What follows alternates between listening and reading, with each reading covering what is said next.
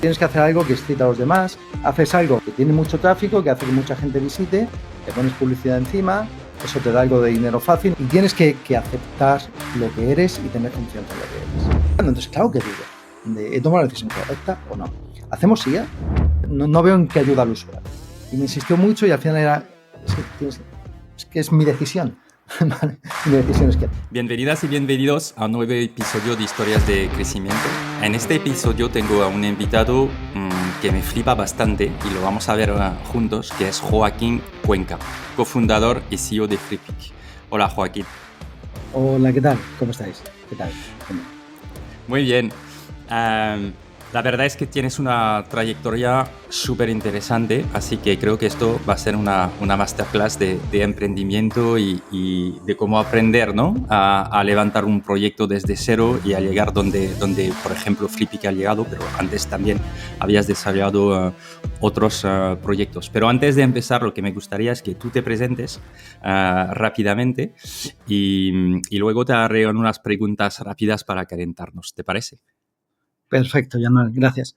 Pues mira, si quieres, como presentación diría que siempre empiezo diciendo que soy un friki, ¿vale? Que soy alguien que lleva con la informática, con los ordenadores. Ha sido siempre mi pasión desde que era niño.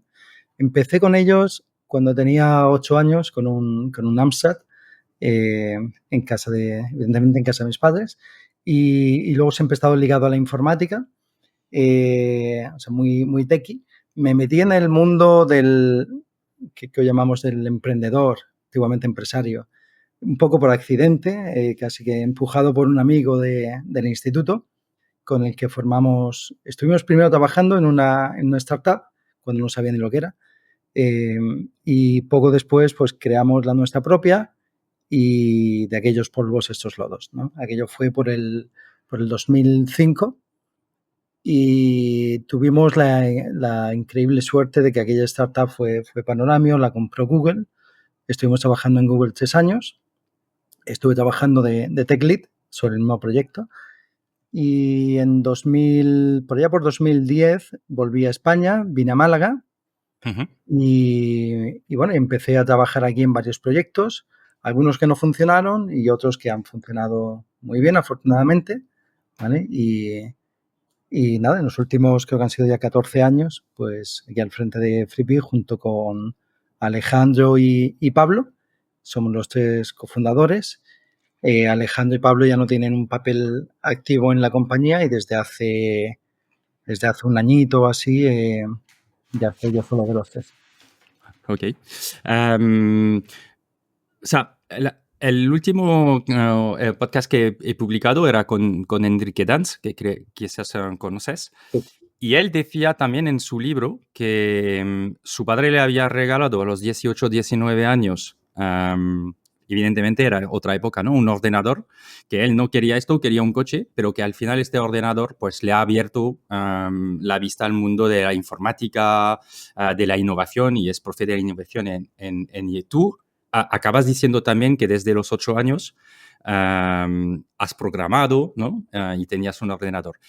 Mi pregunta es, si tuviéramos que regalar algo a nuestros niños hoy, evidentemente no creo que sea un ordenador porque lo van a tener.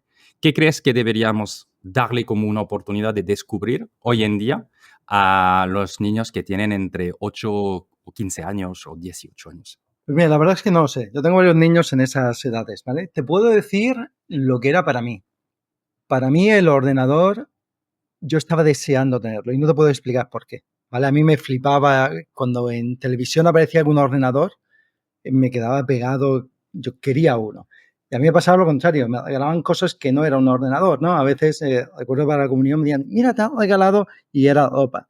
Y yo, ¿esto para qué? ¿Sabes? No. Yo lo que quería era un ordenador y al final, después de mucho insistir, afortunadamente, pues mis padres me compraron uno, ¿no? Y recuerdo, pues, o sea, yo recuerdo aquellas tardes de verano que en mi época, pues, no había móviles, ¿no? Y te tenías que aburrir y eran tardes en televisión había Toros y el Tour de Francia. Y no sé cuál de los dos era más aburrido. Y pues lo que tenías era, no teníamos muchos videojuegos y además tenía el problema de que mi ordenador se le rompía muy frecuentemente la disquetera, ¿vale? Y tardábamos mucho en ir a arreglarlo. Entonces, cuando se rompía la disquetera, lo único que podías hacer era, al final del libro de instrucciones, del BASIC, ¿vale? Del ordenador, venían los listados de 3 videojuegos. Entonces, lo único que puedes hacer era copiar el listado. Yo no tenía absolutamente ni idea de lo que significaba todo aquello, pero lo copiabas de arriba abajo, le dabas a Dan y podías jugar un videojuego muy básico, ¿vale? Entonces, así es un poco como empezamos. Me has preguntado que qué le regalaría a un niño. Te puedo decir que para mí, desde luego, era lo que me O sea, apasionaba. la pregunta es para que dentro de 30 años él diga, mira, lo que me ha regalado Joaquín, si es tu hijo o tu hija, no lo sé, lo que ha regalado mi padre, pues ha tenido un impacto en 30 años. Esto es el tema, ¿sabes? Wow. Vale.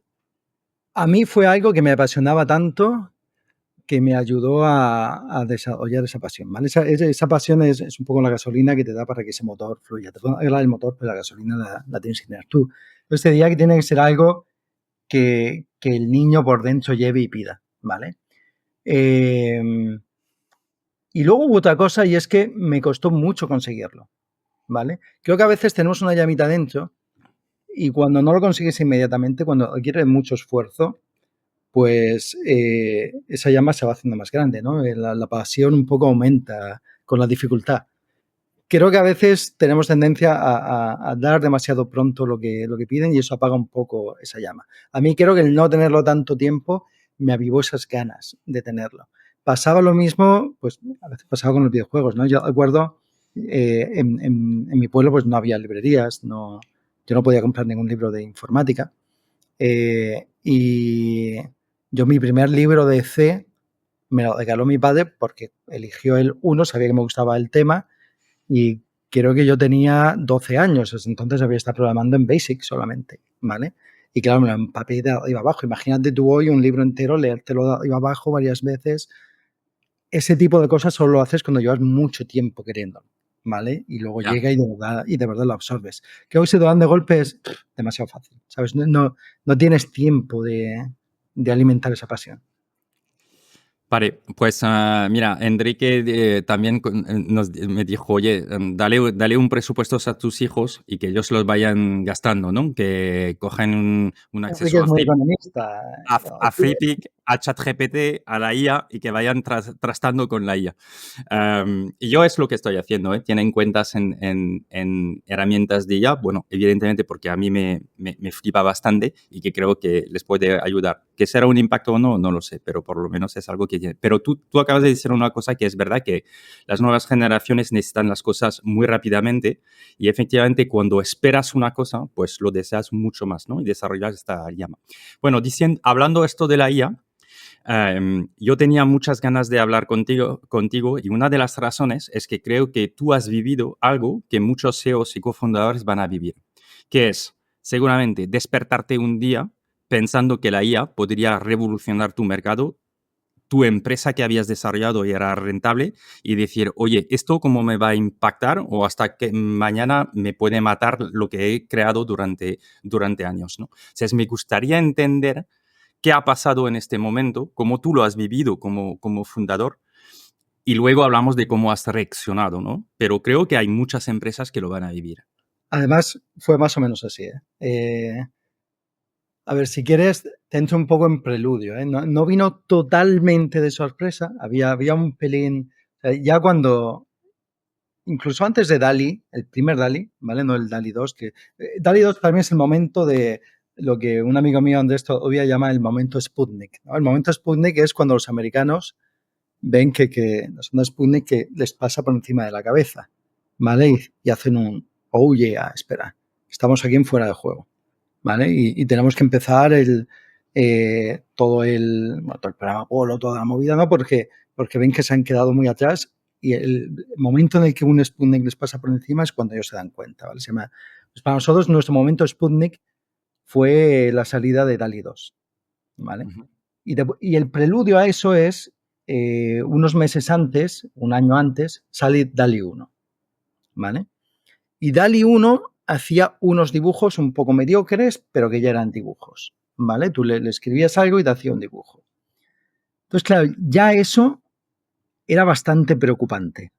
Pues nosotros, para el que no sepa, FreePic se dedica a vender imágenes Sí. que han hecho otros profesionales. Entonces, si tú a un ordenador le pides la imagen que quieres y te la hace en el momento, pues claro, el modelo de negocio no Sí. funciona. Si ¿Vale? quieres, de hecho, darnos una rápida visibilidad sobre qué representa FreePic para que también Sí. nuestra audiencia que no os conociera pueda tener una idea de tráfico, número de clientes de pago, de facturación, o sea, simplemente para darnos una idea de qué representa FreePic, ¿no? FreePic en aquel momento era un poquito más pequeño, entonces las cifras ahora sería en torno a 550 empleados en varios países, 85 millones de visitantes al mes, suscriptores, unos 700.000 suscriptores, unos 100 millones de facturación al año. ¿Vale? Eso es más o menos una empresa bootstrap que creamos, como he comentado, empezamos Alejandro, Pablo y yo mismo aquí en Málaga hace 14 años. Desde cero, ¿eh? Desde cero, sí. Y Bootstrap sin financiación, ¿no? O sea, habéis crecido, y lo hablaremos luego, sin financiación, autofinanciando el crecimiento de vuestro negocio. Hicimos una pequeña mini versión inicial a la que le pusimos publicidad, la publicidad pagó al primer empleado, empezamos a crecer y de allí hasta aquí. ¿Vale? Entonces, eso es FreePic. Entonces, claro, cuando sale DALL-E 2, efectivamente, pues es tan preocupante como parece, ¿no? He estado todo el mundo en Twitter diciendo Shutterstock va a morir, y yo, claro, y más, más que Shutterstock. A ver, comentaba que con DALL-E 1 ya la cosa era preocupante, ¿vale? Ya veías ahí algo que tenía potencial y había más cosas, ¿no? Conocíamos a alguien aquí de España que había hecho Geniverse, que estaba haciendo Geniverse, que era también un proyecto generativo.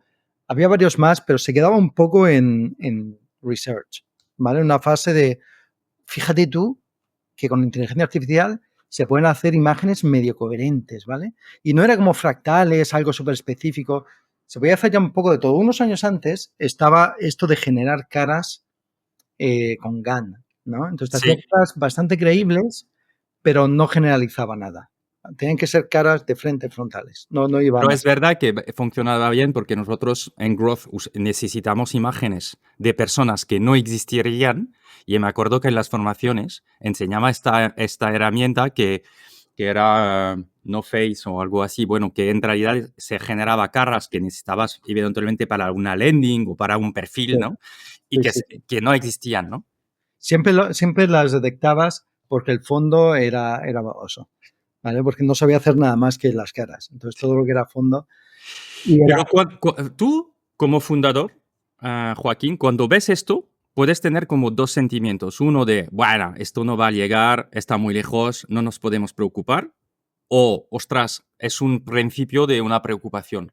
yo el primer sentimiento es, no, esto le queda mucho, imposible. O sea, yo era con lo de las GAN y tal, veía fotos de personas de verdad que hacíamos que en posiciones, con luces, con contraluces, con maquillaje, mira, esto está a años luz, o sea, esto para que llegue, ni de coña, es que hay demasiadas cosas.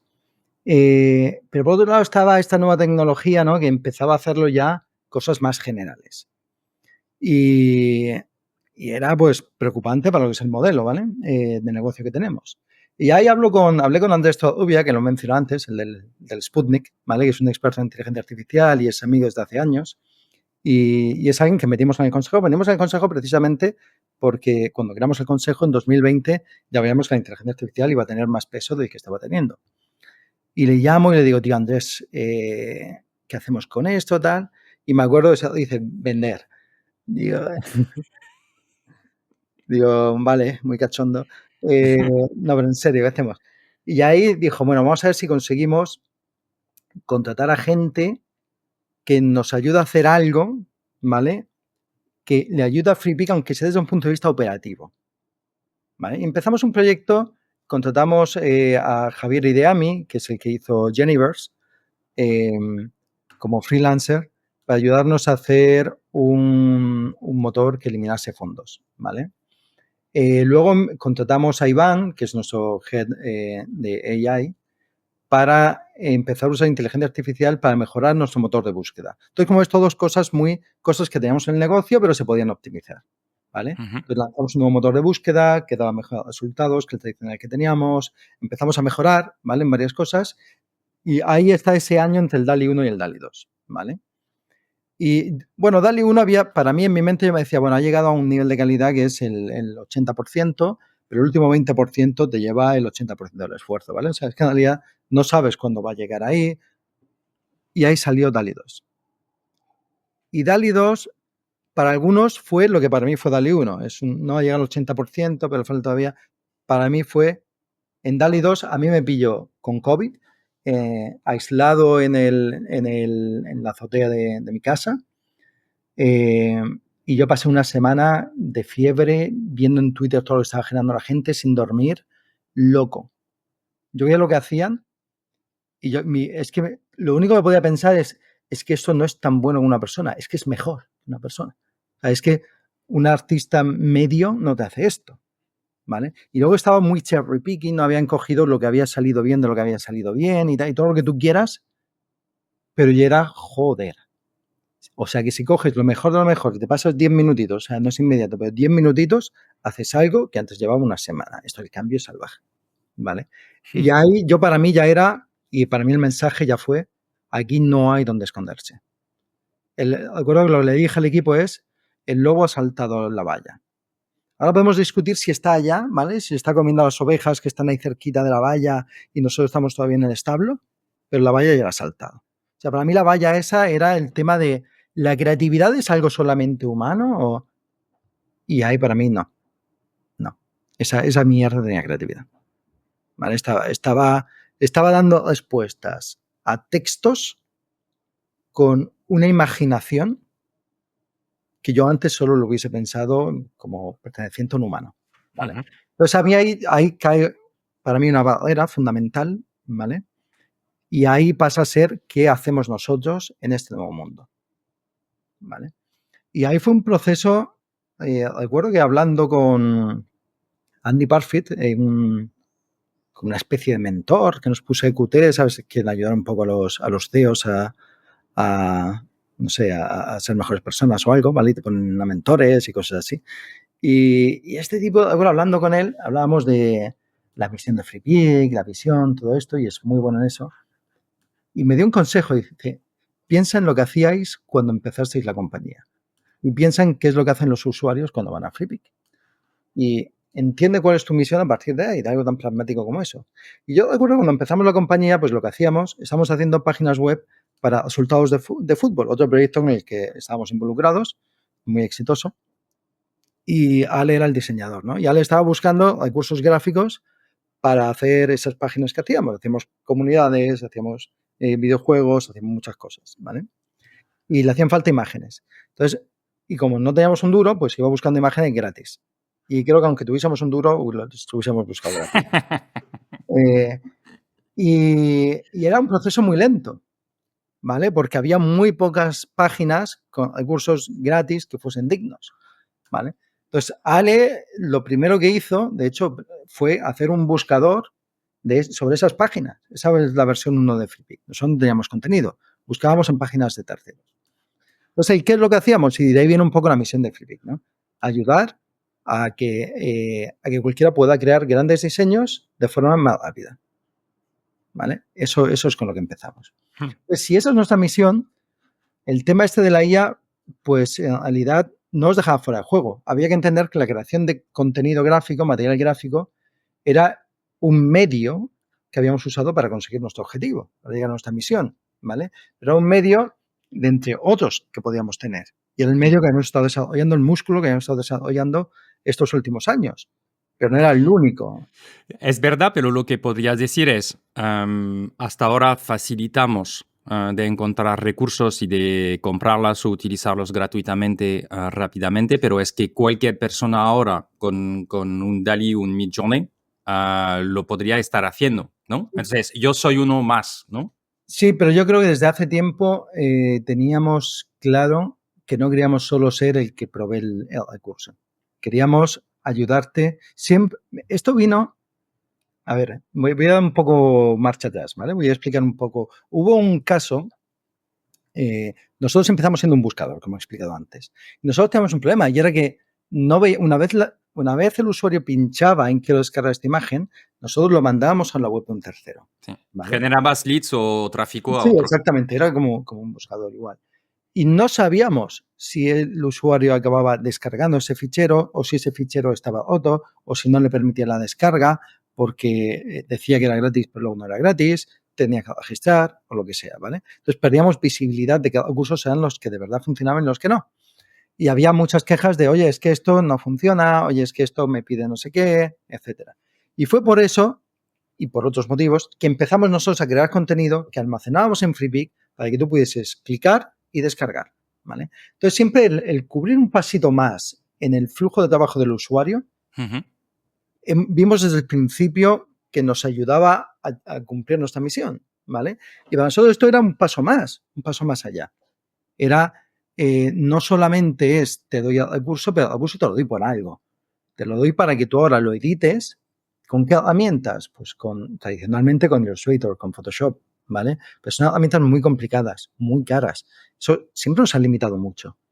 Ten en cuenta, cuando llegamos a 10 millones de visitantes, tuve una conversación con Ale y le comentaba mi miedo de que, ok, hemos llegado a 10, pero creo que va a ser muy difícil con ese modelo llegar a 100. Porque mirábamos las cifras de Adobe, ¿cuántos suscriptores tenía Adobe? Adobe tenía 27 millones de suscriptores. La gente que descarga esto le hace falta Illustrator o Photoshop para usarlo. Entonces, de 10 pasar a 100 es muy difícil porque no hay 100 millones de personas usando Photoshop. Por eso empezamos a abrir un poco el abanico de lo que hacíamos. Ya no hicimos solo vectores, pasamos a hacer iconos, fotografía, etcétera. Y esto era dar un paso más. Era no te doy solo el curso, quiero ayudarte en ese camino y cómo tú transformas ese recurso para lo que tú necesitas. Pues con la IA nos ofrece una oportunidad, por primera vez diría, de cortocircuitar las herramientas de Adobe, que tienen mucha fricción. Y luego tienes, por otro lado, otros que han intentado lo mismo siguiendo otra trayectoria. El caso más notable es tal vez Canva. ¿Vale? Mi trayectoria ha sido, ok, te ofrezco desde el principio unas herramientas más fáciles de usar que las de Adobe. Sí. Yo creo que todos vemos que hay mucha fricción en ese proceso creativo y hemos intentado cada uno por nuestro lado limarlo. Sí, entonces, en este momento ves la potencia y hay un proceso de reflexión. Uno primero que es una pesadilla durante una semana. Y luego, ¿qué recomendarías? ¿Qué podemos aprender de tu proceso para que otros se puedan inspirar y decir, mira, una vez que la semana pasa, se ponen ya a hablar con gente en el mercado que sabe y están o sea, entiendo que lo que has intentado de ver es cómo no podemos sacar provecho, seguir mejorando nuestra misión, pero usando la IA, ¿no? No, la pesadilla dura más de una semana, ¿eh? O sea, vale. Sí, o sea, una semana es intenso, es la parte yo estaba aislado con COVID y tal, ¿vale? Y la acción ahí fue, de nuevo, llamar a Andrés, que de nuevo me dice, vende, a ver si hay alguien que no se ha enterado todavía de esto, ¿vale? Y lo siguiente es ponernos a trabajar para armar un equipo que pueda empezar a usar, o sea, que nos pueda poner en el mapa, ¿vale? En la alternativa. ¿Y cómo es difícil de fichar un equipo y de pagarlo? O sea, para que tengamos una idea de hoy el mercado, además, con mucho más empresas están buscando. O sea... A ver, es difícil, pero depende de dónde estés, ¿no? En San Francisco los salarios van acorde al coste de vida y alguien, no sé, puede que un entry level de alguien que tenga experiencia en IA generativa esté en 200.000, ¿vale? Pero aquí en España no es ese salario. Y éramos ya una empresa grande, ¿vale? Una empresa que estaba cerca de facturar esos 100 millones. Entonces, estamos hablando de que el equipo inicialmente eran 2 personas, luego pasamos a ser 3, luego 4. O sea, 4 ingenieros en España, aunque sean más caros que la media que estás pagando, lo puedes pagar. La empresa no se lo puede pagar, ¿vale? Sí. Y luego, pues si eres una startup, es incentivar a base de equity y ¿vale? Es otro modelo de incentivación. Pero sí que se puede pagar. O sea, a tu pregunta, son más caros que un ingeniero que no sepa de IA, ¿vale? Pero no lo podíamos permitir. Ok. Entonces, ficháis, intentáis de optimizar cosas que ya tenéis, pero también imagino de ya lanzar. Eso fue el primer año. El año 2, después de DALL-E 2, ahí lo que decimos es, ok, no nos vamos a centrar en mejorar el buscador, no, o sea, hay muchas cosas que se pueden hacer y nosotros somos una startup muy pequeña, ¿vale? Cuando comparas con cualquier otra del sector, y tenemos que elegir muy bien en qué es lo que hacemos y qué es lo que no hacemos. ¿Okay? Entonces, en este caso, decidimos empezar a trabajar en modelos generativos, ¿vale? Y aquí hay un poco de seguir el momento wow y todo lo que tú quieras, ¿vale? Y seguir un poco la tendencia. Pero es verdad que el chase de wow, ¿vale? El ir a por ese efecto wow nos ha ayudado un poco a tener algo de momento en el mercado, ¿vale? A decir un poco como primer paso de go-to-market, ¿vale? Hoy en día, si haces un producto que llama la atención, pues tienes esa exposición inicial. Luego se tiene que sustentar, el producto tiene que ser útil para conseguir esa atención, ¿vale?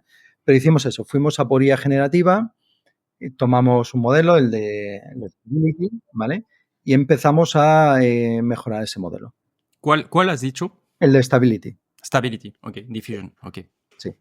Y empezamos a mejorarlo, empezamos a leer los papers que llegaban, vimos cómo podemos... O sea, que este momento, eso es interesante también. Ahí tienes dos posibilidades, ¿no? Desarrollar tu propio modelo o integrar modelos existentes.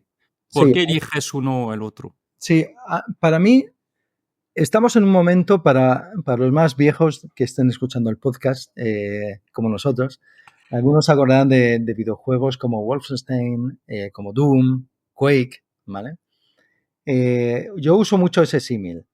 En la industria de videojuegos tienes el motor de renderizado 3D, ¿no? Y el motor de renderizado 3D hoy es una commodity.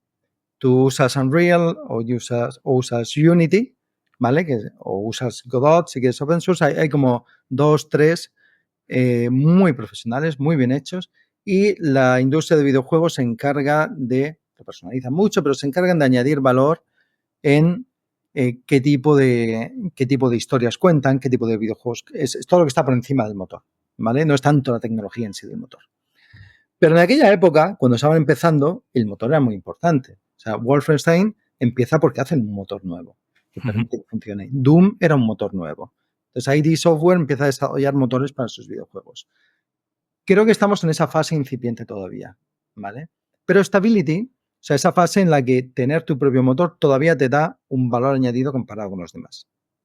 Yo creo que la parte más interesante va a estar en la superficie, va a estar en cómo se usa ese motor. ¿Qué tipo de interfaces le damos a ese motor?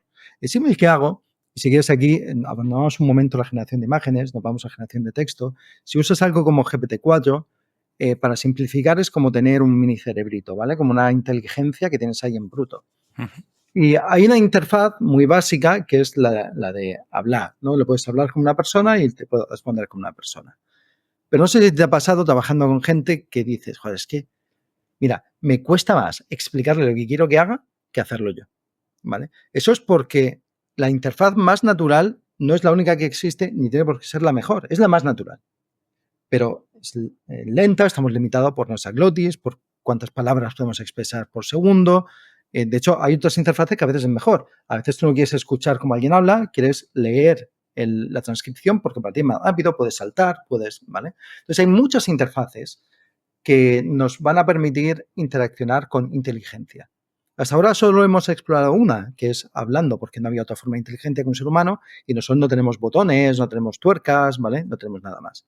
Pero creo que va a haber una explosión para explorar distintas interfaces sobre esas inteligencias. Y va a pasar lo mismo con imagen. La más aburrida es, te doy una descripción de lo que quiero y tú me das esa imagen y creo que eso va a saturar, va a ir mejorando la calidad hasta un punto en el que sea, bueno, perfecta o casi, ¿vale?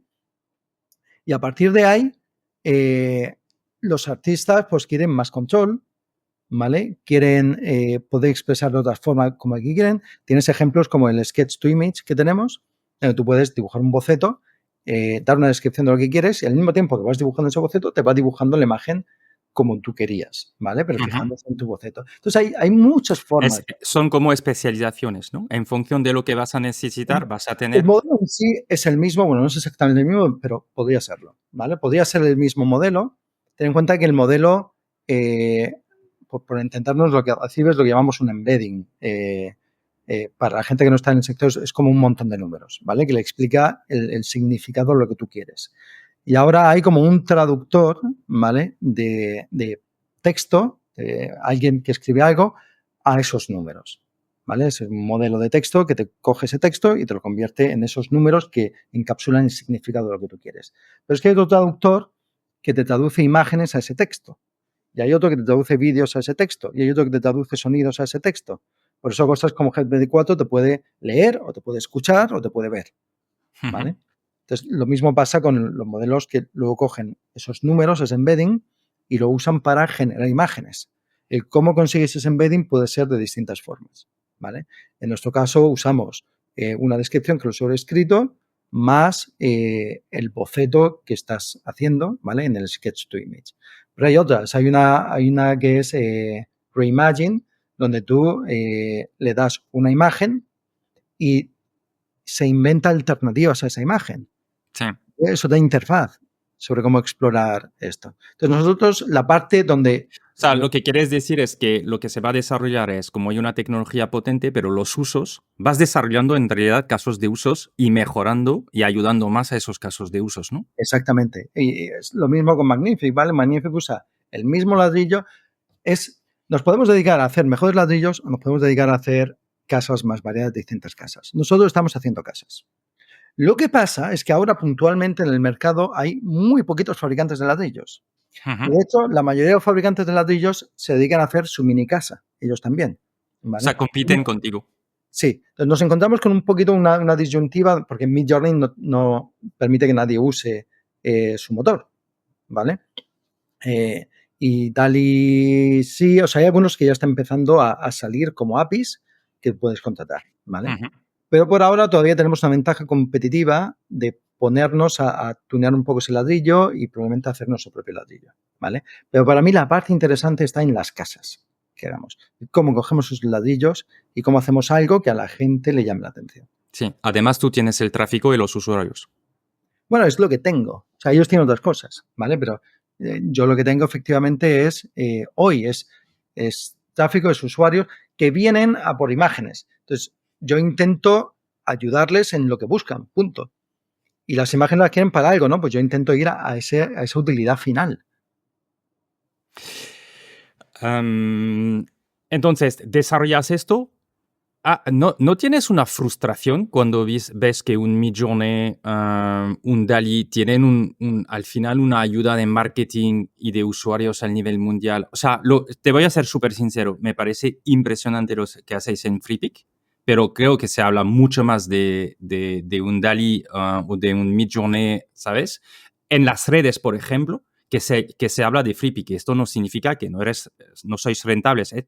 Pero lo que quiero decir es que se benefician ellos de un marketing americano, de quizás ser nativos y entonces ser muy potentes en la salida. No lo sé. Hay unas cosas que hacen que se mira inmediatamente a esas empresas. No, yo creo que es justificado y yo creo que ha sido fallo nuestro. O sea, sinceramente, yo no voy a... Creo que es merecidísimo. Ellos tuvieron, cuando yo no creía que eso fuese llegar a un nivel de calidad como el que hacían las imágenes, ellos creyeron. Y ellos tuvieron razón. No me voy a quejar de que, por supuesto, fueron los números uno, fueron los primeros que a mí y a muchos como a mí, a todos, nos partieron la cabeza, ¿vale?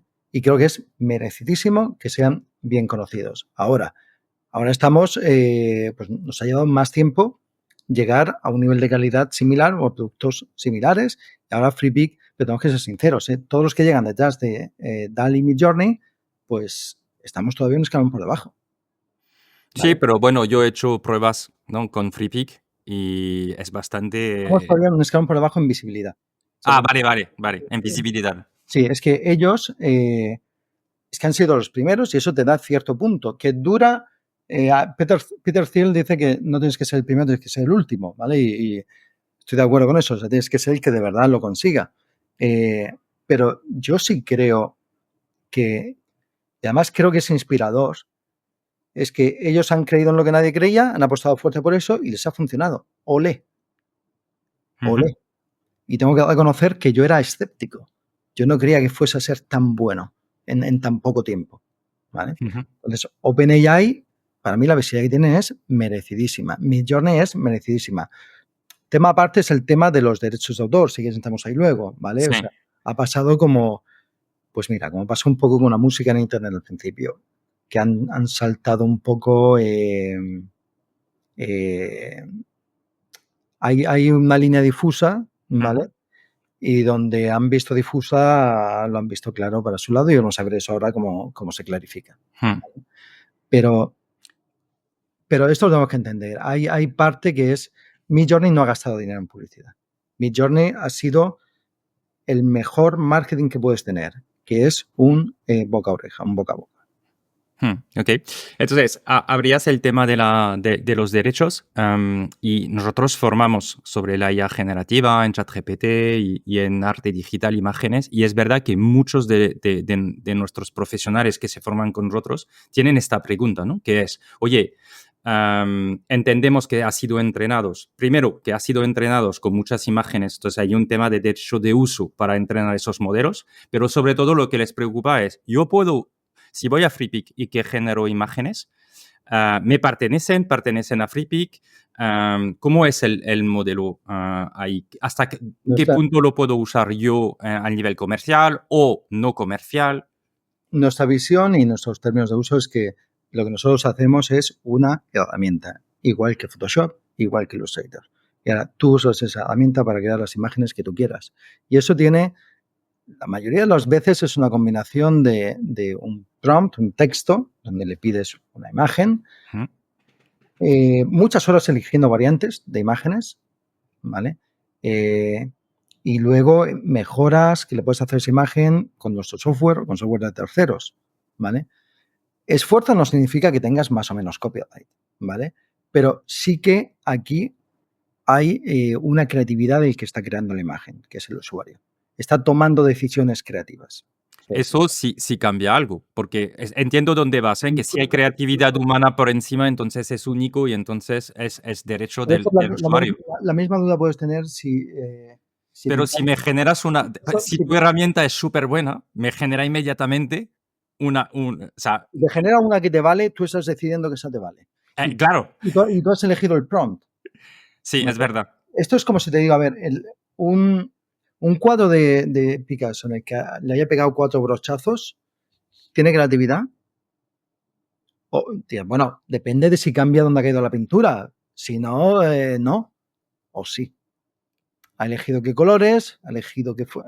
Ha elegido él eso. Mira, esto para mí, esta imagen es buena.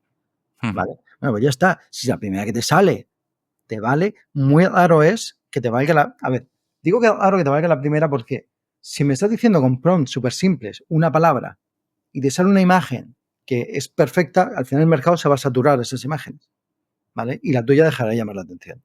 Y la gente que sea un poquito más creativa verá eso, leerá eso y buscará alternativas, que es lo que siempre hacemos. Y al final ves cómo pasa por lo que está pasando, que los flujos de trabajo se van complicando, empiezas a hacer cosas que antes eran absolutamente inviables, ¿vale? Y vas buscando esa cosa que los demás no tienen y que consigue llamar la atención. Es interesante lo que acabas de decir porque entonces esto significa que gracias a la IA podemos generar imágenes como nunca yo he sido capaz de generar. O sea que el nivel de la gente que controla la IA generativa sube y es capaz de llegar a fotos, pero no va a ser suficiente porque mucha gente va a ser capaz de hacer esto y tendrás que ponerlo más creatividad para destacar, ¿no? Es lo que estás diciendo. Sí, sí. A ver, yo creo que siempre, si quieres, en el mundo nuestro no es exactamente arte, ¿vale? El arte es otra cosa, pero hay un símil aquí, ¿vale?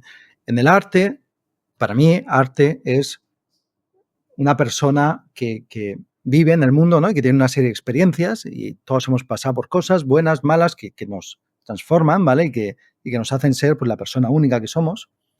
Y luego tú tienes tienes algo dentro que quieres expresar, que quieres decir, y hay gente que lo hace escribiendo, hay gente que lo hace con un dibujo, y hay gente que lo puede hacer con IA, eligiendo la imagen que la IA le va dando y transformándola y moviéndola, ¿vale? Pero al final tú eliges un texto, una imagen, que la pones ahí al público y que causa un efecto, ¿vale? Porque tú estás mandando un mensaje de algo que has vivido. He puesto muchas veces el ejemplo de Picasso, ¿vale? Un ejemplo. Picasso cuando tiene una parte, cuando empieza con el cubismo, ¿vale? En la que se inspira en el arte africano. Los tótems los tótems africanos donde tienes a una persona, ¿vale? Donde las dos caras están aplanadas, ¿vale? Él esto lo usa en el cubismo. O sea, el cubismo te coges todo lo que es la persona, ¿vale? Y lo pones en el plano. Y aquello fue, creo que el cubismo empieza en el 1911, 1912, algo así, ¿sabes? Al principio. En aquella época, pre-nazi, ¿vale? Pero ya había en Europa un movimiento muy fuerte de racismo y de sentimiento de superioridad contra los africanos. Entonces, que el artista, el mayor artista del mundo, exponente máximo de todo el arte europeo, se base en el arte prehistórico, te diría, africano, es un golpe, ¿vale? Y es un mensaje. Estos también son humanos. Y su arte es como para que yo me inspire. ¿Vale? Estás mandando un mensaje en un contexto. Cuando tú ves una pintura de una vaca, que no sé qué, y al lado la Virgen, un buey, no es porque esté bien dibujada, es que el buey simboliza el sexo. ¿Vale? Y estás mandando un mensaje. Igual que la primera vez que se dibuja a una prostituta desnuda. Igual que la primera vez que se dibuja, ¿vale? Tienes un contexto y tú mandas un mensaje en ese contexto y usas ese medio físico para mandar ese mensaje. Y ese medio físico puede ser algo hecho por IA, entre comillas, pero tú estás eligiendo lo que decir. ¿Vale? Y creo que eso trasladado en nuestro mundo, que no es el del arte, hay parte que queda. Nosotros tenemos mensajes que transmitir y tienes que hacerlo de una forma que llame la atención a la gente. Y si haces lo que hace todo el mundo, pues al final eres aburrido. ¿Vale? Y no puedes hacer eso. Yo creo que esto es una herramienta más, una herramienta nueva. Ahora, si quieres entramos en temas de sudor y mi opinión, ¿vale? Ahí hay un trade-off y tienes, para mí son cosas distintas la generación de texto y la generación de imagen, ¿vale? Y son distintas porque en la generación de texto me cuesta hoy al menos ver todavía el caso en el que el texto compite con lo que está usando de entrenamiento. ¿Vale? O sea, estamos creando agentes que ven cómo la gente escribe. No se usa mayoritariamente, creo yo, para escribir más textos de ese tipo. Se usan como agentes que te ayuden a pensar, ¿vale? Se usan. Hay un poco de competición, por ejemplo, en programación. Sí que hay un poco estás usando código de programadores para generar código que podría escribir un programador. Pero creo que eso está mucho más acentuado en el mundo de la imagen, ¿vale? En todo caso, aquí tenemos que hacer una pregunta. Si pedimos, como tiene lógica, creo, en el mundo de la imagen, que todas las imágenes que se usen para entrenar un modelo se tenga permiso explícito del autor para entrenar ese modelo, si se usa la misma lógica en texto, se vuelve imposible entrenar un modelo de texto. Es imposible licenciar absolutamente todo el texto que está escrito por toda la humanidad, ¿vale? En modelos de texto, lo que se está haciendo es un modelo de opt-out. Es, lo cojo todo y el que no quiera que lo coja, me lo dice y lo quito o llego a un acuerdo con él, privado, y le pago. ¿Vale? En el modelo de imágenes se está haciendo lo contrario, se está haciendo un opt-in en general. La mayoría, no stability todavía, desafortunadamente, y por tanto nosotros en el modelo que tenemos todavía no tenemos todavía ninguna opción de hacer eso, pero es lo que queremos hacer. Estamos virando de un modelo de opt-out a un modelo de opt-in. Todas las imágenes que se usan para entrenar ese modelo se tiene el derecho, ¿vale? Se ha firmado un acuerdo para poder usarlas. Y ahora otros modelos pues tendrán que llegar a otros acuerdos. Y aquí cada país, algo que me molesta soberanamente es que tanto en Europa como en Estados Unidos no está todavía claro. No está todavía claro, por eso nosotros lo estamos usando, porque si no nos quedamos fuera del mercado y porque hasta donde yo sé es todavía legal. No me gusta especialmente. Quiero virar a un modelo donde tenemos todo el derecho a... Pero para llegar a todo el derecho significa que tienes que contactar con todas las personas, ¿no? Sí, o las pero un modelo empresas. de imagen, pero un modelo de imagen no usa tantas imágenes como un modelo de textos. O sea, Es el decir, texto, o sea, para darnos ideas de volúmenes, sí, ¿qué son significa? unos cientos de millones. Con unos cientos de millones de imágenes puedes entrenar un modelo de imagen, ¿vale? Vale, No es tanto. O sea, por ejemplo, en FreePic tenemos unos 300 millones de imágenes en total, ¿vale? De gente que podemos hacer una licencia. Shutterstock tiene 700 millones, 800 o millones. sea, vosotros también tenéis una ventaja, es que ya tenéis identificado quién son las imágenes de quién, ¿no? O sea, esto también os da una ventaja. Sí, hay pocas compañías que tengan un volumen suficiente. Lo que pasa es que los que lo tenemos en general lo licenciamos para las empresas que están haciendo los modelos. O sea, está quedando un mercado donde hay gente, hay autores que monetizaban vendiendo la obra y ahora empiezan a monetizar vendiendo derechos para que esa obra se use en modelos. Ujú. Y ahí, en general, para que resulte interesante, tienen que pulearlo, ¿vale? Tienen que mezclarlo con muchos, porque las grandes solo van a hacer un acuerdo de licenciar cientos de millones, no pueden ir de 10.000 en 10.000, ¿vale? Ok, ok. Entonces, cuando un grande paga, hay un reparto de esos ingresos entre el que ha conseguido el acuerdo y el artista que ha promovido la obra. ¿Y ya tenéis grandes que han pagado para usar vuestro contenido? Esto lleva bastante tiempo. Tenemos un grande que ha pagado por usar nuestro contenido y hemos hecho ya la distribución de ingresos. Y tenemos dos que están en vías de. Ok, ok. Está firmado, pero estamos. O sea, significa que los creadores de contenido, vamos a decirle de esta forma, ¿no? O de imágenes que trabajan con FreePic, se benefician de que vosotros podéis negociar acuerdos con grandes modelos de IA, ¿no? Es esto que estamos diciendo, porque redistribuiréis parte de los ingresos. Exactamente. ¿Ok? Oye, si hablamos de Europa, China, Estados Unidos, grandes, o Rusia también, ¿no? Pero ¿deberíamos desarrollar modelos en Europa o que el hecho de ser en manos de americanos puede ser un problema de independencia de Europa? Bueno, para mí es un problema de que es un síntoma más de que en Europa no innovamos lo suficiente. Entonces, no es que no me fíe de los americanos, ¿vale? Pero sí que me gustaría que seamos alguien el día de mañana, ¿vale? Eres muy polite. Bueno, no, muy poco, claro. No me estoy mordiendo la lengua, es simplemente creo, creo que nos estamos quedando atrás. Y creo que nos estamos quedando atrás porque creo que tenemos, desgraciadamente, una industria muy pequeña que los políticos se están permitiendo sacrificar. ¿Vale? Y empezó todo con, ya les molestaba Internet y las leyes, tenemos leyes que bajo la bandera de la privacidad están sacrificando mucho más de lo necesario para la privacidad. A mí me parece surrealista que hablemos de privacidad. Por un ejemplo, hablamos de privacidad y no aceptamos que Estados Unidos sea un socio del que nos podamos fiar, ¿vale? Porque Estados Unidos ha sacado datos y cambió su ley después de... o sea, cambió sus leyes antiterroristas para intentar apaciguar un poco Europa, pero ha sacado efectivamente datos privados cuando han tenido dudas sobre temas de terrorismo, pero es que luego la Interpol Europea usa los datos que Estados Unidos le manda cuando los saca. Entonces, bueno, o no los aceptamos y somos más papistas que el Papa, ¿vale? Y nos comemos los atentados y lo que tenga que venir, o sí, y permitimos que en esos casos, porque es lo único que la ley les permite, se viole la privacidad, ¿vale? Y es efectivamente una violación de la privacidad. Como es una violación de la privacidad, que Hacienda pueda ver mi cuenta bancaria.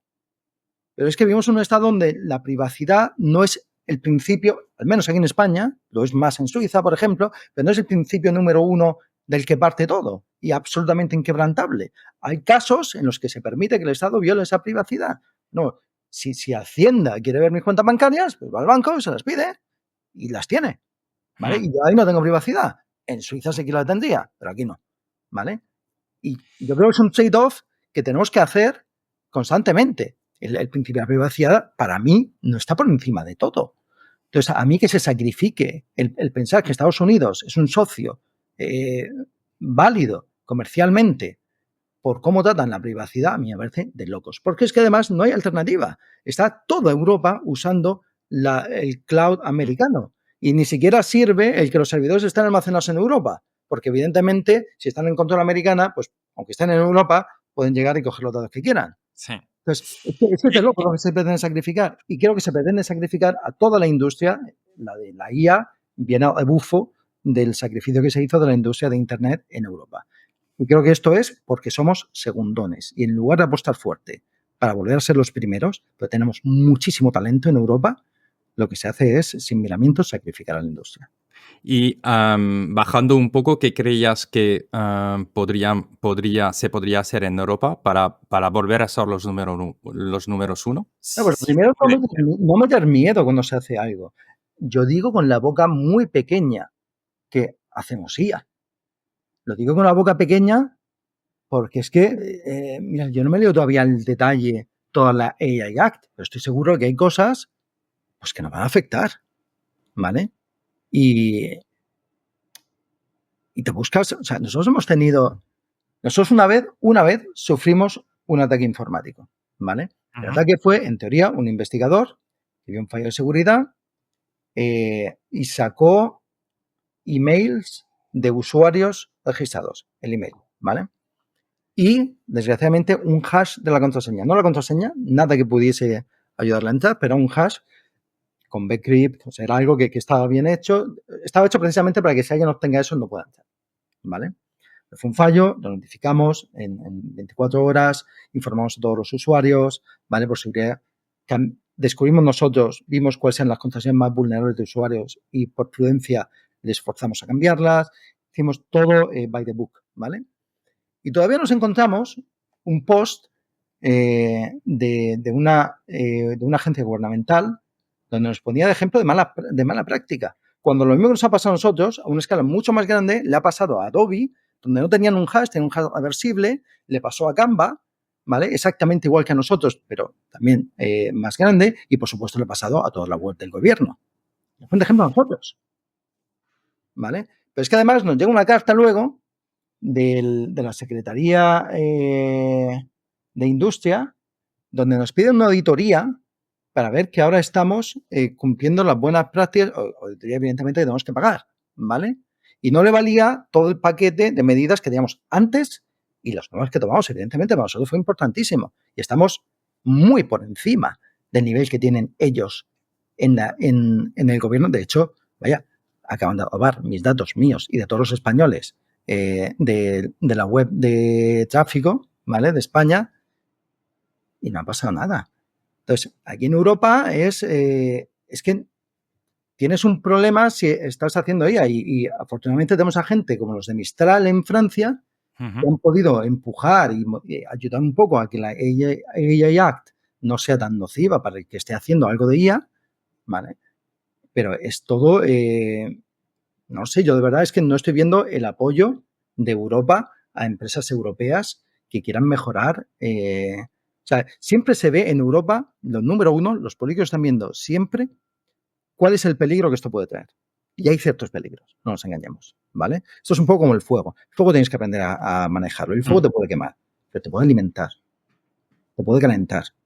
El fuego es muy útil. Tienes que aprender a usarlo, ¿vale? O sea, lo que dices al final es no te dediques a solo regular y primero porque también vosotros tenéis problemas, entonces no enseñar cuando una empresa tiene problema porque tenéis los mismos en los gobiernos y dos, no empezar por regular, ¿no? O sea, Bueno, vamos a decir, en Europa regulamos muchísimo. En Europa regulamos muchísimo, pero estamos subregulados en otras áreas. Por ejemplo, el tema, si tú quieres crear startups, el cómo incentivas a los empleados, en Estados Unidos se usan stock options, en España no se pueden usar, ¿vale? Y se usan phantom. Y hubo una ley nueva hace un par de años para, en teoría, hacer que eso fuese más viable. Pero los condicionantes que tiene que tener una empresa para que se puedan usar las stock options y que no te graben tanto que sea inviable, ¿vale? Porque aquí no es el no pagar impuestos, es tener que pagar tantos que hace que no valga la pena, ¿vale? Los condicionantes eran tales que no aplica a nadie. y de facto el impacto que ha tenido ha sido cero. Entonces, si tú de verdad quieres ayudar a que eso se desarrolle, tú quieres ayudar a tener empresas donde los empleados puedan estar incentivados si la empresa crece y le va bien, ¿vale? Pues cambia el marco regulatorio. Y lo tienes que cambiar de verdad, no para unas condiciones que de facto no le aplican a nadie. ¿Vale? Entonces, en algunas cosas estamos por detrás en la legislación. Sí. Yo he tenido, o sea, te comparto algo personal, ¿no? Estaba en Marruecos hace poco tiempo y sabes lo que tenía como sensación, que evidentemente es algo importante para nosotros los emprendedores, pero una cierta libertad que ya no tenemos aquí. O sea que cuando hablas con gente ahí te dicen, están favoreciendo que la gente emprende y salga adelante montando su negocio, y hay pocas normas, porque lo que quiere el gobierno es que la gente salga adelante. Entonces tienes un sentimiento de libertad, que puedes hacer mucho más cosas, y puede ser una tontería, pero desde montar un kiosco de café al borde de la ruta. Tú dices, si quieres hacer esto en Francia o en España, tendrías que pedir una licencia, pagar un impuesto, empezar por un montón de cosas, donde ellos te dicen, pues hazlo, arranca y luego veremos. Y si ganas dinero, nos pagarás. Y este aspecto de libertad, que entiendo, pero que de cierta manera lo estamos perdiendo. Y era mi sentimiento cuando hablo con emprendedores ahí, que tienen mucho más libertad, ¿sabes? A ver, aquí hay siempre un sentimiento de dónde está el límite. Yo sí que creo que algunas reglas son útiles. Te voy a poner un ejemplo. Libertad total, pues por ejemplo, el hacer que todo el mundo esté alfabetizado, eso fue un logro de un Estado, de Estados. ¿Vale? Hay ciertas iniciativas que las ha cogido el Estado. La sanidad pública para mí es un logro muy importante, el que todo el mundo, ¿vale? Hay ciertas cosas que las ha empujado el Estado y que han sido algo de Estado. Y hay ciertas normas, para mí un sistema puramente capitalista, pues muchas veces a las empresas no nos impacta las consecuencias, algunas consecuencias cortoplacistas de nuestros actos, ¿vale? Pues pensar en que consecuencias medioambientales pues no me impactan en la cuenta de negocios. Entonces, o alguien me dice que está prohibido, o un mercado completamente libre, pues no me incentiva a respetar eso. Pero sí que es cierto que hay un balance. Es que está el otro lado, ¿vale? Que es, si me pones demasiadas, pues no lo hago. O no lo hago aquí, ¿vale? Y de hecho es lo que está pasando. Los europeos seguimos creando empresas en Estados Unidos.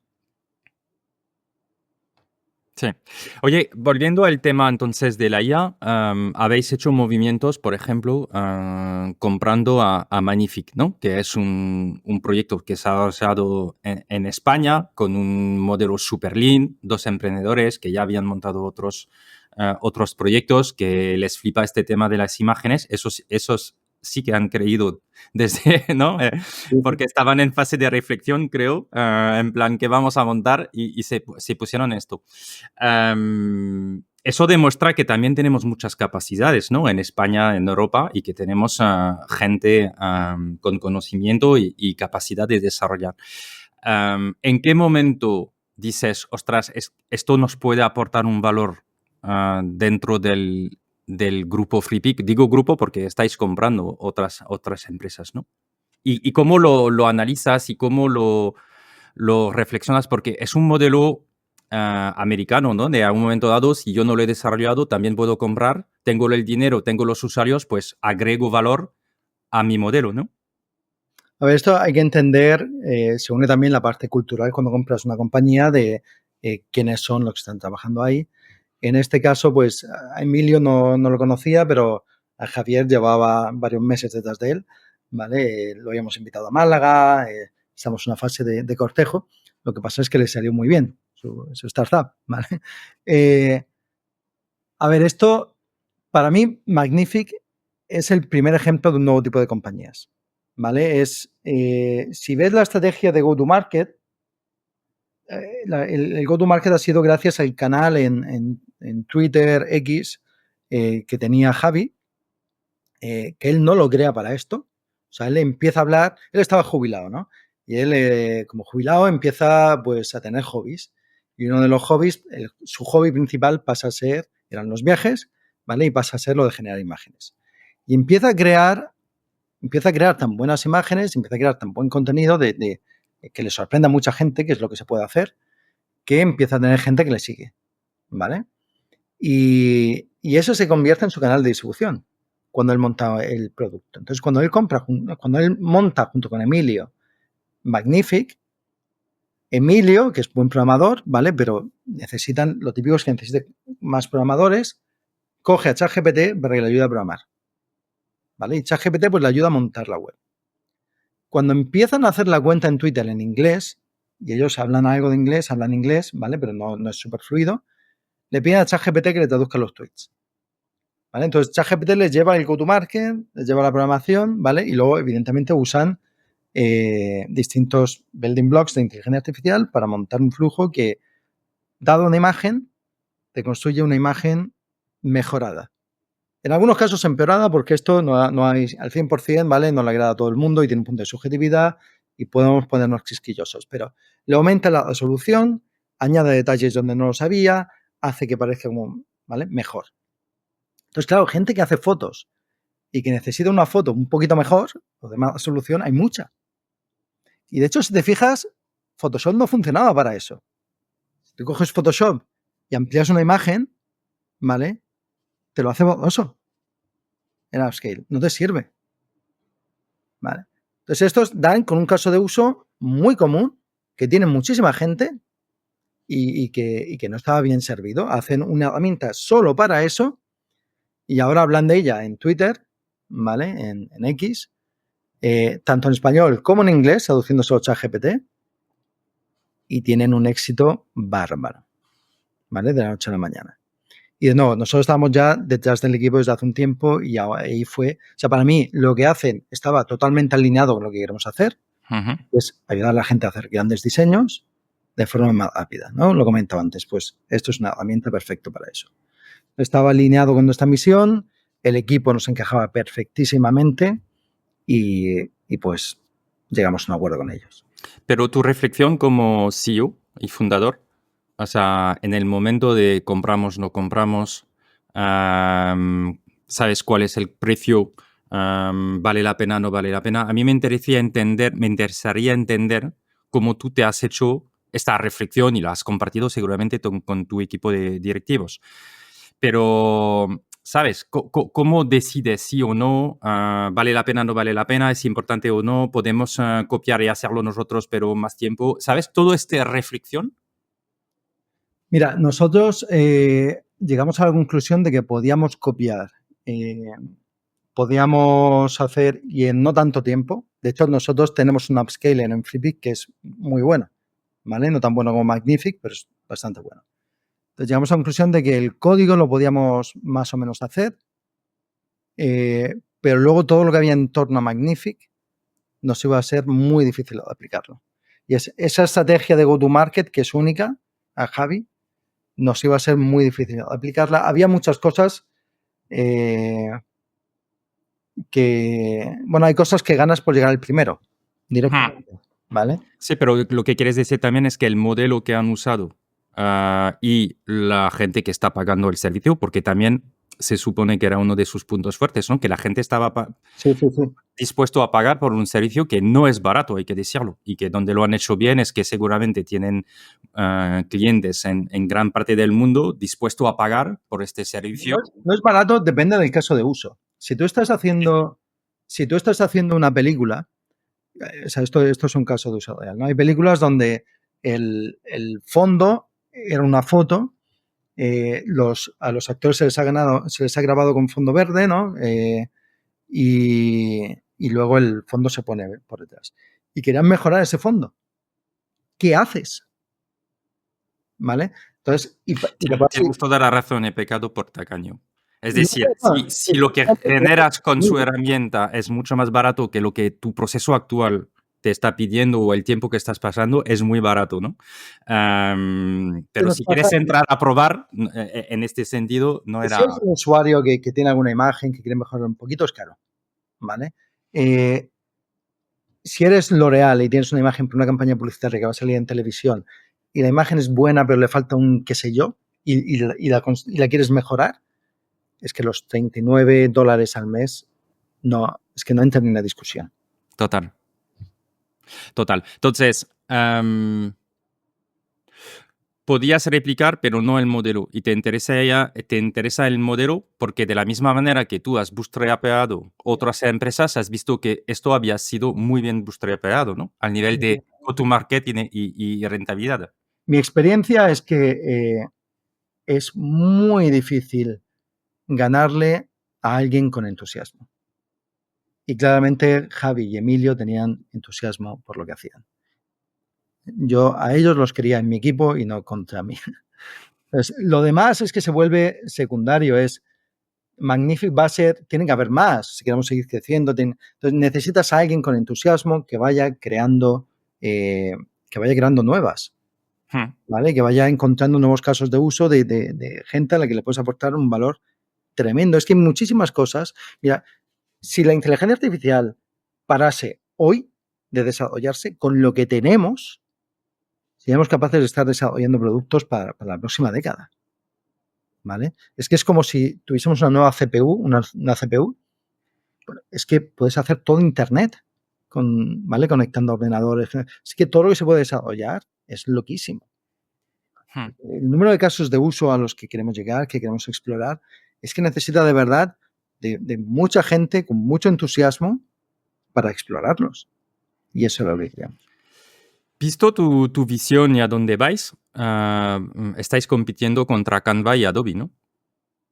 Bueno, al final, inicialmente no. Inicialmente teníamos aproximaciones muy diferentes. Sí, pero ahora quiero decir ahora. Sí, ahora sí, porque es que al final nos vamos haciendo tan grandes que empieza a haber overlap. La misión se va ensanchando, se va volviendo un poquito más abstracta cuando te haces más grande, ¿no? Al principio puede ser te ayuda a encontrar recursos gratis existentes en Internet, ¿no? Tiene muchos adjetivos, tiene muchos tal. Al final, cuando vas haciendo grande, tienes que ir depurándola y tienes que ir yendo un poco a la esencia y qué es lo que le aportas al usuario. Claro, eso empieza a ser muy ambicioso como objetivo, ¿vale? Pero, y acabas en algo donde hay colisión con Canva, hay colisión con Adobe y hay colisión con otros. Sí, que es flipante porque mi hija de 12 años utiliza Canva muchísimo para crear libros, cosas y no sé qué. Pero a dónde voy es cómo se compite contra Adobe y Canva. Yo siempre digo que no le puedes ganar a Messi al fútbol. Tienes que ganarle al ajedrez. ¿Vale? Tienes que jugar a otra cosa. Pues si tú te fijas por ejemplo, hay casos de uso para las que las herramientas de ella que tenemos en FreePic son mucho mejores que las que tiene Canva o las que tiene Adobe. El ejemplo de Magnific. Si tú tienes una imagen existente y la quieres mejor, hoy no te puedes ni ir a Photoshop, ni te puedes ir a Canva, ni te tienes que ir a Magnific. ¿Vale? Pues si hoy tú tienes una imagen que la tienes en portrait, así a lo ancho, y la quieres en landscape, la quieres en portrait, la quieres a lo alto, ¿vale? O sea, quieres expandirla hacia arriba, la mejor herramienta es Expand de FreePic. La segunda, mejor, sería... Mejor que Photoshop. Sí. La segunda mejor sería mejor que Photoshop por usabilidad. Porque vas a llegar a una web que está hecha para eso. Vale. En Photoshop es más complejo hacerlo, ¿vale? Ahora, si te refieres a mejor o peor en cuanto a calidad técnica del Expand, en cuanto a calidad técnica, es muy similar, te diría que la nuestra es ligeramente mejor, ¿vale? Y es mucho mejor en velocidad, es mucho más rápido que el Adobe, ¿vale? Hay otras cosas en las que Adobe, sus herramientas de ellas son mejores que las nuestras. Esa en particular, la nuestra es muy buena. Entonces, hay casos de uso en las que, igual que si quieres una imagen ya prácticamente hecha, FreePic es el mejor, ¿vale? Hay casos de uso en el que FreePic va a ser el mejor. Hay casos de uso en el que Canva va a ser el mejor y casos de uso en el que Adobe va a ser el mejor. Y hay algunos en los que vamos a competir y algunos en los que perderemos y otros en los que ganaremos. Sí. El tema es, ¿el usuario paga para todas o tiene que elegir en un momento dado? ¿Y cómo hace que elige FreePic? Luego, eso es otra discusión. ¿Cómo lo empaquetas?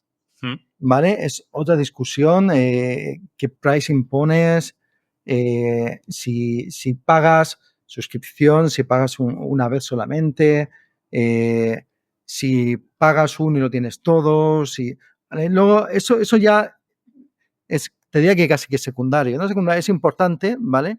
Pero para mí el número uno es conseguir cosas que le aporten valor a la gente, que quiera la gente, Bueno, ¿vale? esto hablas de producto. El producto es mejor en ciertos casos, ¿no? Sí, pero es que el producto lo arrastra todo, todo. Por eso te quería, Sí, no, quería escuchar esto. esto lo arrastra absolutamente todo. Si hablábamos antes de Midjourney, me decías, lo que han gastado en marketing, no han gastado nada en marketing, nada.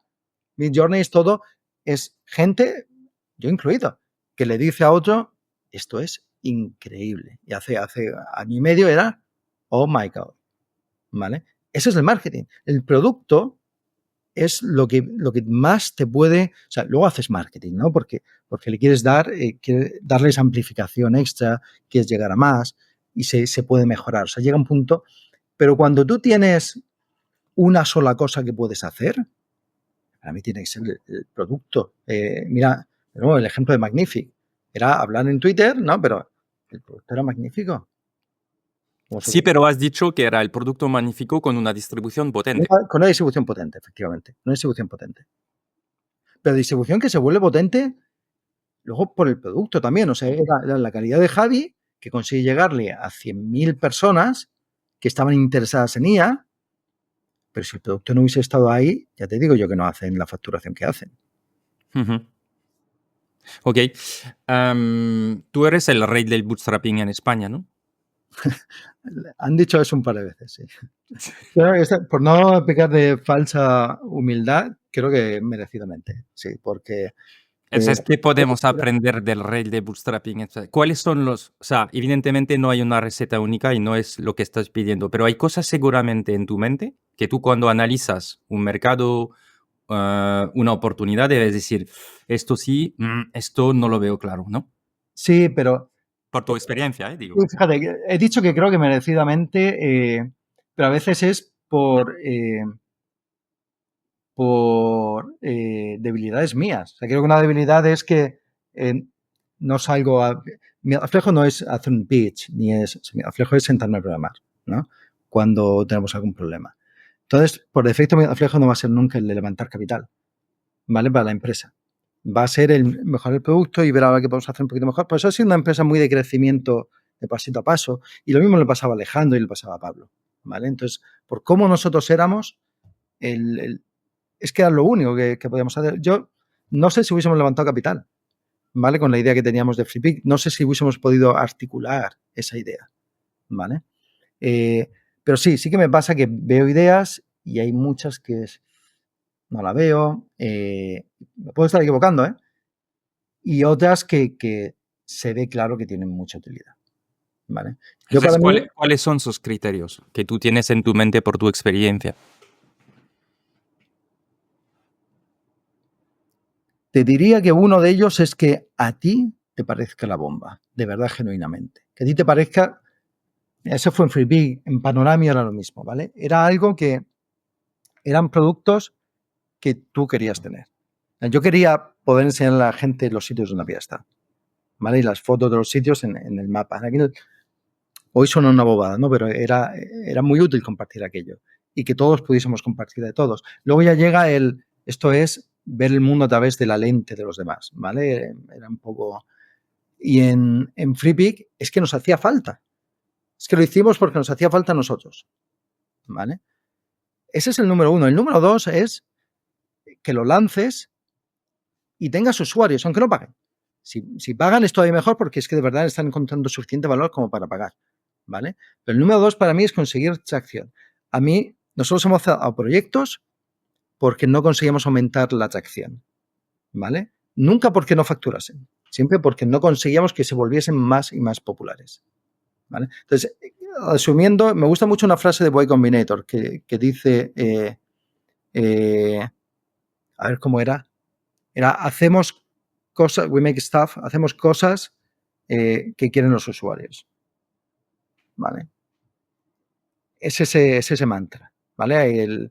En el Bootstrap, además, tienes que monetizar muy pronto, ¿vale? Para poder seguir creciendo. Entonces, tienes que hacer algo que excita a los demás y por eso que siempre el Bootstrap ha sido, haces algo que tiene mucho tráfico, que hace que mucha gente visite, le pones publicidad encima, eso te da algo de dinero fácil, no tienes que hacer equipo de ventas, no tienes que nada, lo que te permite hacerlo más popular, Ese es el ciclo en general que se suele seguir. Y luego ves qué otros tipos de monetización puedes seguir. FreePic empezó siendo publicitario, hoy publicidad es un 3% del negocio. Ujú. Ok. Y eso sí, habéis hecho entrar EQT, ¿no? Se dice, que ha comprado una participación.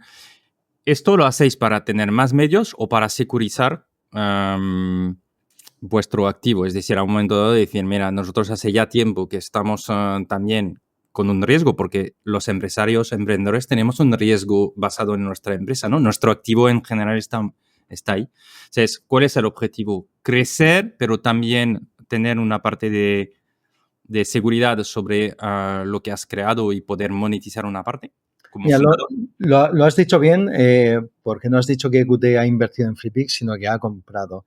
Efectivamente, EQT compra una posición mayoritaria en FreePic y esto era porque tanto Alejandro como Pablo querían salir un poco del proyecto y asegurarse ya lo que tenían. Y esto, uno de los motivos es que durante mucho tiempo, sobre todo Alejandro, tenía una situación de estrés muy fuerte, ¿vale? Con el proyecto. Y hubo varias veces que quiso iniciar una venta y yo siempre lo frené. Y recuerdo la conversación y era un poco como, Ale, es que esto va a ir a más. Y recuerdo en 2019 me dijo, sí, pero ¿y qué más da? Y es cierto, ¿no? Entonces ahí fue cuando iniciamos un proceso que les permitiese, buscamos un proceso que les permitiese a ellos salir y a mí continuar. Entonces no era una venta completa, no era una inversión minoritaria tampoco, ¿vale? Tenía que ser una con private equity que adquiriese más del 50% y fue lo que hicimos. Entonces, luego EQT, pues, como socio, ¿no? Igual que Alejandro y Pablo pues aportaban muchísimo y yo aportaba muchísimo, ¿vale? Como ese tercero, pues EQT aporta como socio, ¿vale? Lo aporta, pues ellos son más de aportar a través de conseguir a profesionales que te den ciertos consejos, poner un sistema de incentivos como en otras compañías que tienen, que pueden incentivar a esto de empleados, crear un consejo, etcétera. ¿Vale? Es Ujú. la forma que tiene un private equity de apoyar una compañía. Ok. Estamos llegando al tema final, ¿no? Y un poco personal. ¿Has tenido fracasos tú? Sí, sí. He tenido, he tenido un par. El que de verdad no llegó a nada fue Press People, fue un proyecto que comencé con un amigo. Creo que un problema fue que comenzamos en remoto antes de que estuviese de moda. Él había hecho como una base de datos y era algo que sinceramente hice más por un ¿y ahora qué? ¿Vale? ¿Qué hago ahora? El proyecto en sí no me tenía enamorado, pero le eché muchas horas, mucho trabajo y no conseguí que nadie se enamorase de él. Entonces no fue a ningún sitio. Ujú, ujú. O sea que eso hace parte del camino, ¿no? Es un poco deprimente, ¿eh? O sea, el estar trabajando porque me esforcé, ¿eh? Y trabajas de noche y ves que no tiene resultados. Eh, y ahí te hace dudar mucho, ¿eh? Tuve suerte la vez anterior, ha sido... Y creo que hay una componente de suerte, y creo que tuvimos una componente de suerte, y creo que hemos seguido teniendo una componente de suerte en FreePic, porque no hemos conseguido que sea como una máquina, ¿vale? Es cada vez tenemos más procesos que nos ayudan a no tener que acertar el tiro a la primera, ¿vale? Cada vez hay más de que vamos a entrevistar usuarios, fíjate en esto que no lo hemos escuchado, yo tampoco, porque si queremos crecer, queremos ir a sitios donde no tengamos nosotros experiencia directa con el producto, ¿no? Sino que consigamos sacar eso, sé qué es lo que necesitan los usuarios, qué hueco hay en el mercado, y necesitas intentar mecanizarlo cada vez más, pero sigue habiendo una gran parte que no sé, que viene un poco de dentro y a veces aciertas y a veces fallas. Ujú. En una empresa con 500 empleados, ¿se puede seguir experimentando y ser ágil o es mucho más difícil? Sí, pero tiene otras dificultades. Cuando es pequeño tienes la dificultad de que te faltan manos. Cuando hay grande tienes la dificultad de que la mano derecha no sabe lo que está haciendo la izquierda. ¿Vale? Entonces tienes que alinear muy bien a la gente, pero sí, nosotros hemos conseguido, creo que hemos conseguido ser innovadores y ser ágiles a base de segregar bastante. Entonces hay equipos que los hemos separado completamente del resto de la organización para que hagan algo y me aportan a mí y no tienen que dar explicaciones a nadie. ¿Vale? Entonces hay un par de cosas donde hemos tenido que los sistemas que construimos para ayudarnos a que haya menos malentendidos, a crecer, a no sé qué. Cuando el equipo tiene mucho talento, a veces no necesitas tanto armazón, ¿vale? Y creo que es lo que pasa en una startup. Es que todo fluye mucho más rápido si el equipo es muy, muy bueno. Entonces hay equipos que hemos hecho que les hemos dejado crecer un poco libres sin esas restricciones. Ujú, ujú. Oye, ¿cuál es el éxito para ti? El éxito para mí, estar contento cuando me miro al espejo, estar orgulloso de mis hijos, que sean felices, mi pareja, mi mujer, que lo sea, que las personas con las que trabajo me quieran tanto como yo los quiero, no sé, tener, honestamente hay muy poquitas cosas de las que me puedo quejar. Muy bien, ha sido súper interesante. Evidentemente contigo se podría, o sea, yo tengo preguntas para y ganas de aprender de ti durante horas. Has pasado 8 años, ¿no? En Francia, hablábamos antes de grabar. ¿Qué te ha gustado, qué nada te ha gustado de Francia y qué te ha gustado más? A ver, hay que entender que en Francia, cuando estuve en Francia, pues no tenía ni un duro, ¿no? Era, como decimos aquí, no tenía dinero. Pues yo viví durante 5 años en 9 metros carrés, en una habitación de una residencia universitaria de 9 metros cuadrados. Lo mínimo legal, ¿eh? Sí, pero bueno, lo que tiene una residencia universitaria, ¿no? Sí. Y ahí vivía pues con mi pareja. Durante, luego fue un pisito en París. Y recuerdo, por ejemplo, en aquella época, pues siempre me gusta mucho leer, ¿no? Y yo tenía un commute de 1 hora 20 para llegar al trabajo, ¿vale? Vivía en Auxerville, al sur de París, tenía 1 hora y 20 para llegar en tren y pues leía, ¿no? Lo que pasa es que tampoco tenía dinero para comprar libros, entonces había una cosa que era una asociación, Emmaüs, una Sí. asociación de expresidiarios que vendían objetos que habían dejado sin herencia, gente que había fallecido. Y bueno, tenías tanto muebles antiguos como grandes clásicos de la literatura francesa. Entonces creo que leí, no sé, todo Dumas, mucho, mucho de Víctor Hugo, muchos clásicos, y era pues, prácticamente lo único que me podía permitir. Entonces ya viviendo en París,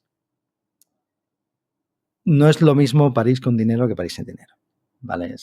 Entonces París era el metro boulot dodo, o sea, un poco Sí. así. Era vas en metro, tienes 40 minutos, llegas al trabajo, terminas el trabajo, volvías, era muy rápidamente ir al súper, comprar lo que te hace falta, preparar la cena, cenar, dormir y volvías a Sí. empezar, ¿vale? Una vida dura, ¿no? En realidad. A ver, hay peores, ¿vale? Hay gente trabajando en el campo, hay gente... Sí, sí, sí, sí. No, pero Sí, efectivamente, pero era un poco duro. Y luego, pues, podías ir al cine, ¿vale? Pero, por ejemplo, nunca fui a la ópera. O sea, alguna experiencia que me hubiese gustado. Entonces, fue muy interesante. Yo acabé un poco cansado de la grandeur de París, ¿vale? París es una ciudad absolutamente magnífica, muy recomendable, pero yo acabé queriendo una ciudad un poquito más pequeña, ¿vale? más humana. Sí, más humana. Y que por favor que esto no se entienda como una crítica a París, que lo tengo muy cerca del corazoncito, ¿vale? Pero sí, quería una ciudad un poquito más pequeña. Y ahí Zúrich, por ejemplo, bueno, Zúrich tuvo que me pilló con dinero, acaba de hacer la venta de Panoramio y era una ciudad más pequeñita. Entonces a mí me gustó mucho y Málaga también, encantadísimo. Ya que estamos acabando, ¿qué le dirías al Joaquín que está en este piso de nuevos, no, piso no, habitación de nuevos 9 metros cuadrados, que está empezando, trabajando duro, leyendo? ¿Qué le dirías ahora? Le diría que tenga confianza, ¿vale? Es algo, hablábamos antes creo que nos pasa a todos, el dudar de ti mismo, ¿vale? Y yo he dudado y dudo muchas veces, ¿vale? Hay veces es que hay veces que no sabes si tienes la respuesta y tienes que tomar una decisión, ¿vale? Recuerdo que nos pasó cuando tuvimos un nuevo chairman y que es extraordinario, tanto el antiguo que tuvimos como el nuevo son extraordinarios, ¿vale? Pero claro, llegó y una de las primeras ideas es, ¿Y por qué no hacemos NFTs? No veo en qué ayuda al usuario que tenemos, ¿vale? En nuestro caso en particular no hacemos arte, hacemos otra cosa. Y me insistió mucho y al final era, es que es mi decisión, ¿vale? Y mi decisión es que no. Pero es que no tengo una bola de cristal, me puedo estar equivocando, entonces claro que dudo. ¿He tomado la decisión correcta o no? ¿Hacemos IA? Al principio era, pero esto tiene pinta de ser un poco un juguete y tal. Luego sí que hacemos. ¿Estamos haciendo demasiado? Hay gente que cree que estamos haciendo demasiado, ¿vale? Y que estamos tal vez dejando de lado. Y tal vez, sí. Pero es que tienes que tomar tus propias decisiones, ¿vale? Y tienes que aceptar lo que eres y tener confianza en lo que eres, ¿vale? Entonces le diría que no dude tanto y que no tenga miedo en tomar decisiones. Muy bien. Oye, muchísimas gracias, Joaquín, primero por tu tiempo y para explicar todo lo que has explicado. Enhorabuena a ti, a tus socios y a tus equipos, porque esto no sé, evidentemente tú representas, pero detrás hay unos equipos que seguramente trabajan muy duro cada día. Pero enhorabuena por lo que estáis haciendo, porque es un modelo y una empresa súper inspiradora para muchas personas y para el ecosistema. Así que gracias por tu tiempo. Dick, muchísimas gracias y efectivamente, como has dicho, es el equipo que ha conseguido esto. Muchas gracias, Jan.